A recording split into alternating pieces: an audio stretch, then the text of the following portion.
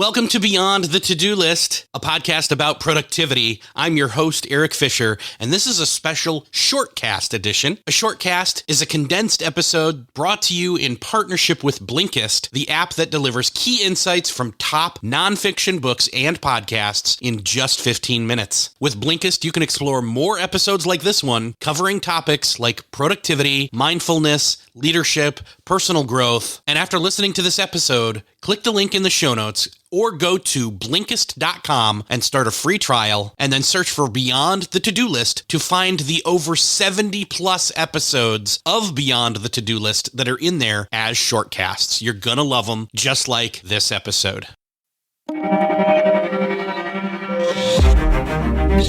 Hello, I'm Eric Fisher, and welcome to the Shortcast of Beyond the To-Do List. In every episode, I talk to people with fresh ideas to help you be happier and more productive. Think of an example of a leader in your life, a boss, a coach, a mentor. Do you want to follow them, or do you have to follow them? We will lead and be led throughout our personal and professional lives. So it's worth trying to figure out how to do it well. Unfortunately, for most of us, it's too easy to think of examples in our own lives when it's been done badly. Today's Shortcast is all about how we can improve as leaders and, crucially, become ones that people want to follow and not just do it because they have to. It all starts with us. To become better leaders, we need to be honest about where our weaknesses are and begin working on these before we start leading others. It's a bit like that idea of putting your own oxygen mask on first. We use the phrase, you can't give what you don't possess. To become someone worth following versus someone that people have to follow. And I just think that most of us would admit, most of the leaders we've been around, we've had to follow them. We wouldn't want to follow them. Jeremy Kubicek is the author of the book, The 100X Leader, How to Become a Person Worth Following. In this shortcast, Jeremy introduces a new way to improve team members' poor performance without antagonizing them. The idea is to call them up instead of calling them out. He also lays out how our tendencies, or those of the company or industry we work in, can create an imbalance between how much support our leadership style offers, or how much of a challenge we give out. And we start by talking about a great analogy that highlights what leadership could and should be. Imagine attempting to climb the biggest mountain in the world, Mount Everest. The perfect leader is there to help you. We use the analogy of the Sherpa. The Sherpa are on Mount Everest. They're the ones that help you climb Mount Everest. So we use the analogy in the book that, look, if you're climbing a mountain, if you're actually going somewhere, it's not enough for you just to make it to the top. You actually had help along the way anyway. But it's really, when you come back down, do you have it within you? Do you know how to take other people up the mountain? And we just find that most leaders are so focused on getting up the mountain themselves that that's hard enough in and of itself. But to actually have to come back down and take 3 to 4 other whiny people on a journey and take them places, it's just very, very difficult. And I've been spending a lot of time talking to Sherpas and climbers on Mount Everest. It's impossible to get to the top without help. So a Sherpa, in essence, they're fully acclimated. They can go ahead, they can go behind, and they've learned how to support and challenge a climber. So we just took that vernacular and that concept into leadership, saying, look, if you're a Sherpa for someone, then they need to know that you're for them, first and foremost. You need to calibrate high support and high challenge to help them get to the next level. And then you need to be able to show them what's undermining their influence or what would keep someone from getting to the next level. It's such a positive vision of a leader that the first thing you can say about them before anything else is that they are totally for you. That's a great place to start, and perhaps one that many of us haven't come across enough in our careers. I also like Jeremy's idea that a good leader can go ahead or they can go behind. They will do what it takes to get you up and down the mountain. Plus, they'll give you the skills so that next time you can be the Sherpa for others. Tying this all together are 2 pillars of leadership: support and challenge. I wanted Jeremy to explain more about how to get them working in balance. So let's say, Eric, we work together. If I knew you really, really well, I know we know each other, but if I really knew you, to go, what type of support do you need? What do you need from me? How can I serve you, equip you, help you do your job? And then what's the challenge that you need? So it's like the best coach you've ever had. They're so for you, but they also made sure that you became the best you could possibly be. So that challenge component is really, really significant.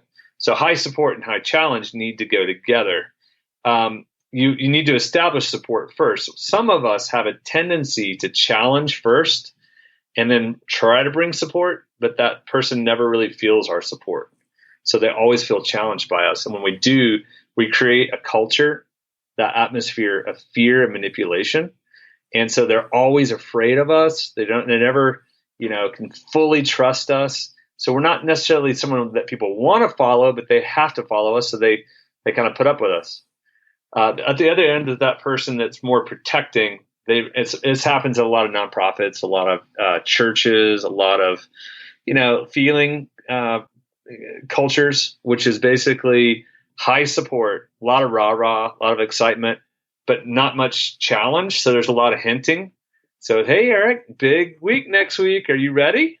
And there's like this hinting that goes along with it of like, I have expectations that you don't know and you're going to miss them and I'm going to be bitter. And so that happens so often. And so we basically ask people, look, what's your tendency? Do you tend to being more challenged than support? If that's the case, then you need to ask people what support looks like. Hey, look, I know I can get intense. I know I have these expectations. How can I help you? How can I equip you and support you? What do you need to do your job really well? You know where we want to go. I just need to do a better job of supporting you. So by doing that, then people have trust. They start believing, their influence returns. Or conversely, on the other side, if you support people but don't know how to challenge, then share expectations. Hey, look, Eric, next week, it's a big week, I know, but I'm really nervous about X, Y, and Z. Can you make sure that we hit these things and then we'll talk about them? So if we learn how to calibrate both of those really, really well, then people will start to trust us and we'll become someone that people want to follow because they trust our leadership. And oftentimes, it's just one person is skewed heavily on left or right and haven't calibrated both of those together. Listening to that, you probably know straight away whether in your company or industry or personal leadership style, there is too much support or too much challenge going on. Knowing that there is an ideal balance to find between the two is so useful. Just think about the leaders you've wanted to follow. They will have offered both support and challenge in just the right amounts at just the right times to get the best out of you. So now you need to do the same. Leadership sounds simple if things are going well, but we all know that a big part of being in charge is dealing with situations that are negative. Take poor performance, for example. How is that best handled? Jeremy has some great insights to offer around the difference between calling out and calling up. You know what, Eric? If you could just do podcasts better, seriously, if you could, I need you to step it up. Are we clear? Right? And like that's calling out. And by the way, I don't mean that. Calling up though would be, hey, Eric, you know what, man? Gosh, you're so good. This is who you've been in the past. Lately, it's kind of gone down here. Like, what's happening? And so doing that with kids, I'll never forget my daughter who embarrassed us by toilet papering one of our good friends, and that friend calling us because they captured my daughter on video. Wow. Yeah. And you're like, oh, yeah. Well, my daughter had just told me a week or two before, Dad, going in, and this was when she was a lot younger, but in this next school year, I really want to be a leader and I want to lead. I want to be a part of student council and do all these things. And so, it's not that big a deal. It was toilet paper, but it was an opportunity to call her up. I wanted to call her out going, do you understand how this affects our friendship? And you said this and blah, blah, blah, blah, blah. But instead I used her words to call her up. And so I was like, Kate, this is who you are. Remember, you told me this is who you wanted to be. So how does this help you become that? And the key here, and I think this is what I'd want every listener to get. The key is that most language is subjective.